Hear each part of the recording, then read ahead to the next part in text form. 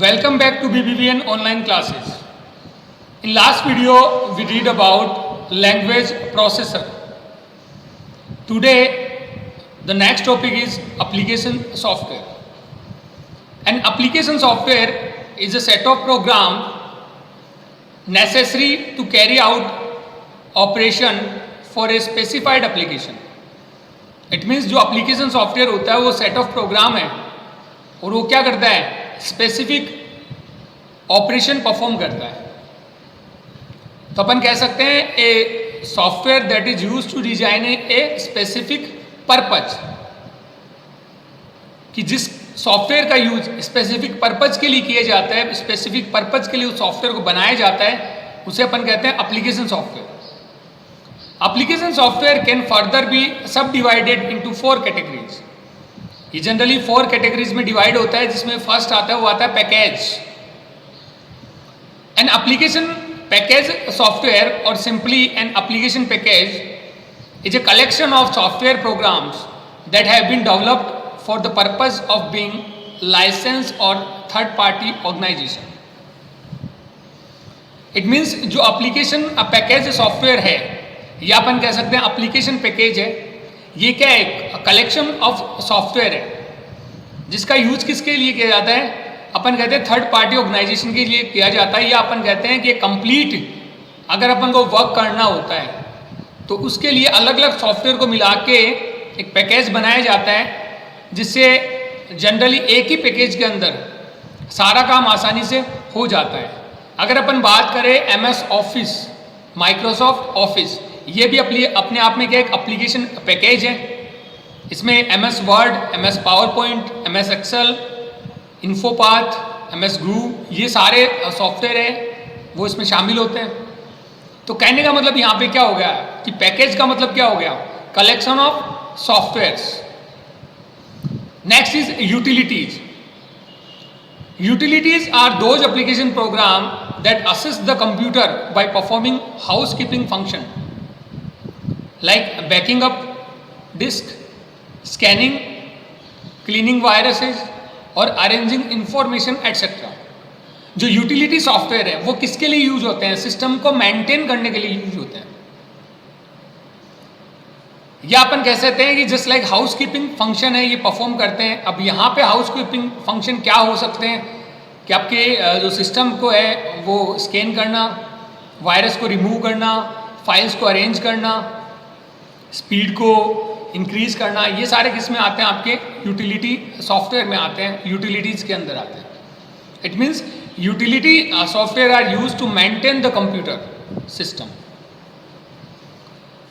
अगर एग्जांपल्स की बात करें तो डिस्क डिफ्रैगमेंटर है, या डिस्क क्लीनअप है, टेक्स्ट एडिटर है. These are the example of utilities. And first is text editor. This utility program is use for creating editing text file. इस यूटिलिटी का यूज है वो सिस्टम के अंदर टेक्स्ट फाइल बनाने के लिए, उसे एडिट करने के लिए किया जाता है. बाय डिफॉल्ट आपका टेक्स्ट एडिटर सिस्टम के अंदर आता है notepad. Next is backup utility. This utility program facility the backup of disk. ये क्या करता है, डिस्क के बैकअप के लिए यूज होता है. Backup means duplicating the disk information so that in case of any damage or data loss, this backup data may be used. It means जो आपके डिस्क है वो अगर इन द केस आपकी डिस्क खराब हो जाती है, डैमेज हो जाती है, या डेटा लॉस हो जाते हैं, तो आपका बैकअप यूटिलिटी है वो डेटा को रिकवर करने के लिए या रिट्राइव करने के लिए काम में आती है. Next is compression utility. This utility program facilitates compression of files. कि जनरली जो फाइल को कंप्रेस करने के लिए, जिससे वो साइज है वो कम जो कवर करे, इसके लिए आता है utility program. Large file can be compress so that they take less storage area. अगर अपन किसी भी लार्ज फाइल को कंप्रेस करके रखते हैं, इट मीन्स वो लेस स्टोरेज एरिया पे रहती है. इट मीन्स वो स्टोरेज एरिया है वो कम कवर करती है. Next is disk defragmenter. Generally एक वर्ड आता है फ्रेगमेंटर या अपन कह सकते हैं फ्रेगमेंटेशन। अगर अपन बात करें फ्रेगमेंटेशन की, तो fragmentation means the data set in uneven position. अगर आपका डेटा है वो अनइवन पोजीशन में है या फिर अपन कह सकते हैं बिखरा हुआ है, तो उस कंडीशन को अपन क्या कहते हैं, फ्रेगमेंटेशन। और जहां पे बात करें अपन डिस्क डीफ्रेगमेंटेशन की, तो data set in even position is called defragmentation. Data को है इवन पोजीशन में सेट करना, वो क्या होगा आपका, डीफ्रेगमेंटेशन। तो कहने का मतलब यहां पे ये हो गया कि the disk defragmenter utility program speed up disk accessing by rearranging the files and free space on your computer so that files are stored in contiguous unit and free space are consolidated in one contiguous block। कि अगर अपन बात करें कि अपने पास space तो है, आपकी बहुत सारी फाइल्स आपके कंप्यूटर या अपन कह सकते हैं अपनी किसी भी स्टोरेज डिवाइस में, अगर उन फाइल्स के बीच में स्पेस होता है तो वहाँ पे वो मेमोरी ब्लॉक है वो काफ़ी छोटे छोटे होते हैं, और उन सभी फाइल्स को अगर अपन रीअरेंज कर देते हैं, उनके बीच का जो स्पेस है वो रिमूव कर देते हैं, तो बचा हुआ स्पेस है वो एक अपने आप में क्या बन जाएगा, कंटिन्यूअस ब्लॉक बन जाएगा।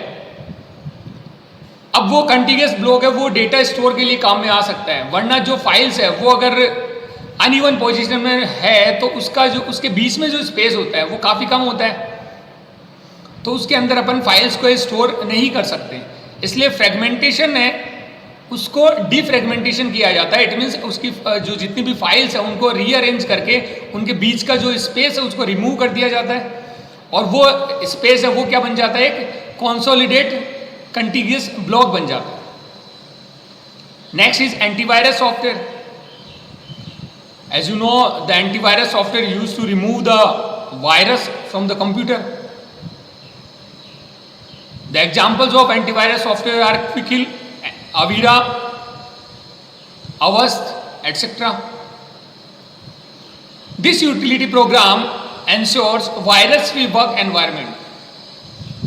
जो एंटीवायरस सॉफ्टवेयर है वो आपको इंश्योर करता है कि आप वायरस फ्री एनवायरनमेंट में काम कर रहे हैं।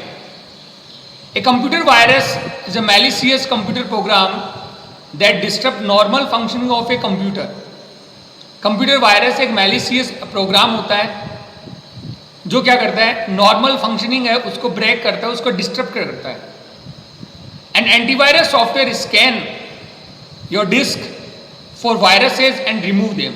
एंटीवायरस को रिमूव करता है, स्कैन करता है। If any virus is found, अगर कोई भी वायरस उसको मिलता है। Moreover some antivirus software remains present in memory all the time. बहुत सारे ऐसे एंटीवायरस सॉफ्टवेयर होते हैं जो मेमोरी में प्रेजेंट होते हैं, बैकग्राउंड में काम करते रहते हैं मेमोरी के अंदर, सो that they can detect the viruses and counter attack them. तो जब कोई भी वायरस उनको मिलता है, डिटेक्ट होता है, तो वो क्या करते हैं, वायरस पे काउंटर अटैक करते हैं।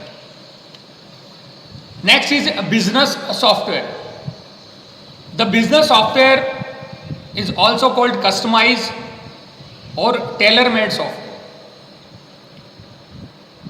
The software that is used to